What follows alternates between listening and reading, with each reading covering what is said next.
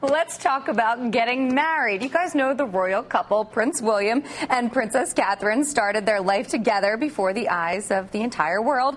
It's a little more low-key for most couples. Before you start your life together, there are 5 things you should commit to. And guess what? Michael Batshaw, author of the book Before Saying I Do, is going to tell us exactly what those things are. We're going to at least talk about some of them. Michael, thank you so much for being here. Pleasure to be here. Is this something a lot of people make the mistake of doing? They don't think about these things before they get married? Yeah, I think one of the biggest problems that people have is they get so pulled into the emotion that they feel towards each other, that kind of honeymoon period that we talk about, that they rush into marriage sometimes without considering these pragmatic things that could really make them step off on the right foot. And I think one of the things is how they deal with conflict and how you resolve it.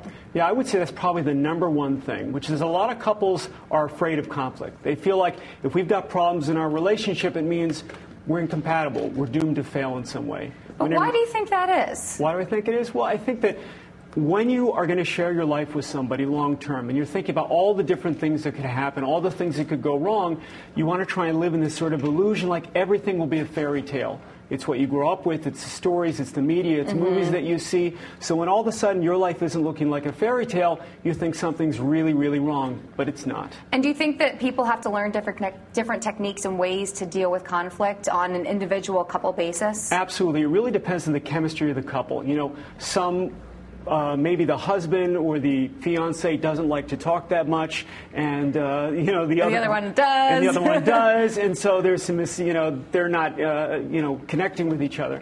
So they have to work on it and really try and understand that you don't have to be the same person with the same communication style. If you understand where the other person is coming from, you're going to be able to meet and move forward. Okay. And what about showing gratitude? That's the second thing you say is really important. Yeah.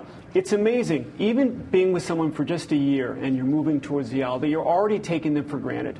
You know, 1 year into the relationship, you're coming home, you're cooked a meal, you don't say thank you, you don't show the appreciation. Those sorts of transitions are really, really important. I tell couples you can never say thank you too much. You can never appreciate your partner too much. And make it known that you really appreciate them. Absolutely. If you feel it, say it. That's the other thing. Sometimes people will say, but I was thinking how much But I don't know what you're thinking. Right, exactly. Exactly. So if you think it, say it, especially when it comes to gratitude. Okay. And don't go to sleep angry. This is one I heard even growing up from my parents. I mean, I think anybody can relate to this one. Yeah, this one probably goes back 10,000 years. Like the cavemen knew this. This was an important one.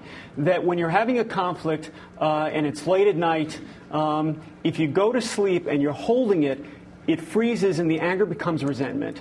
Then the next day, you're silent, you're not talking to each other, you go to work, maybe you start getting passive-aggressive, and then you get further and further apart as the week goes on. And it becomes much more difficult to bridge the gap, communicate, and get together on the same page if you don't talk about it that night. Even if it takes 6 hours to stay up and talk about it? Well, there's probably a time limit there because you got to go to work the next day. But if you can go get a glass of water, cool down, and then take the risk to actually address the issue before you go to sleep, it doesn't have to be completely resolved.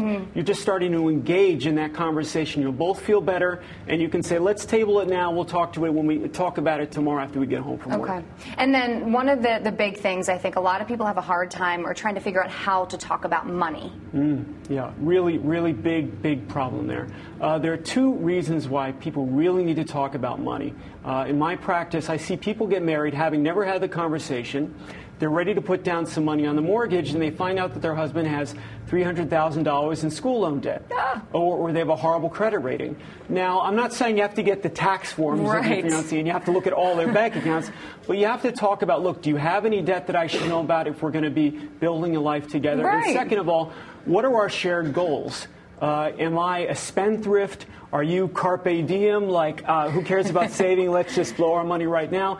If you are that far apart, you might be able to get closer together, but you've got to talk about it. If you don't talk about it, you'll get married, then these things will come up, and you'll feel like we're in trouble now. Yes, absolutely. And I feel like a lot of these things kind of go full circle. They all resolve back to the conflicts and how to deal with them, and yes, a lot of the things just better to get out, I assume. That's right. It's always better to get out and talk about it. Even if you have different styles, you can always find a way if you're willing to work on it. Awesome. Always.